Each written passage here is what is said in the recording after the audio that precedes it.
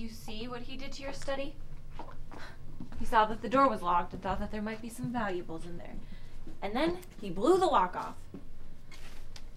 It's all right. Locks can be repaired. Can everything be repaired? Yes, it can.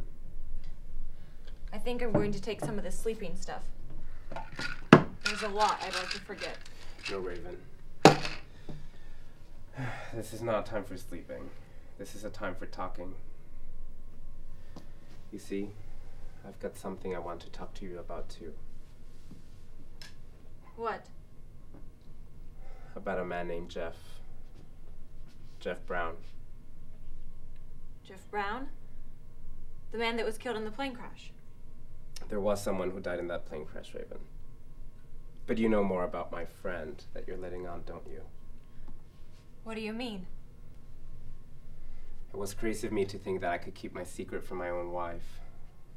It wasn't hard with Martine or Gunther or Aunt Geraldine, the aunt who's not really my aunt.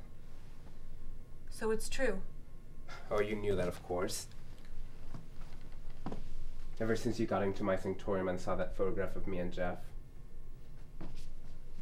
And that shrewd little brain of yours began to click and put two and two together.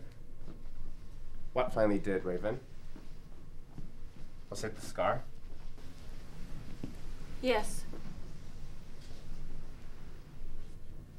Well, I didn't know what to do. I love you. And I didn't know who you were. But you do know who I am. This is me. The man you married. And you're going to be just fine. You're gonna live happily ever after. And you're going to be Mrs. Schuyler Whitney for the rest of your life. Do you realize what a shock it was to me when I discovered that the man I was married to wasn't the man I was married to? I didn't even know you. But this is me. The man you married. Just the way God created me. With a few minor alterations. And then I knew you had found the key to my study. And that you had been prowling around in there. Oh God, I was so stupid. I remember I took the key and then I forgot to put it back. Don't ever go into the espionage business, darling. You'll never make a go of it. And then I started asking all these questions, like about the scar and the plane crash and Dr. Bryson. It was Dr. Bryson who did the surgery. He was a brilliant surgeon. And probably the most discreet man I ever met.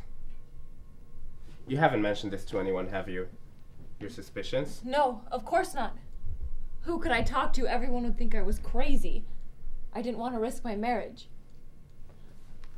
I can't tell you how many times I wanted to run up to you and beg you to tell me the truth. Why didn't you? I was afraid. Of me? Yes. I didn't know what you would do. And I didn't want to risk my marriage and lose everything I had. Just like I didn't want to risk losing everything I had. Including you.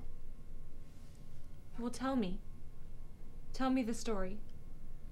How did you become Schuyler Whitney? Well, it was a golden opportunity. Something that happens once in a lifetime. I had the chance to become everything I'd always wanted to be. You always wanted to be Schuyler Whitney? No. I despised the original. He was a sheltered, pompous, and self-gratifying child. But he had one marvelous attribute. He had money.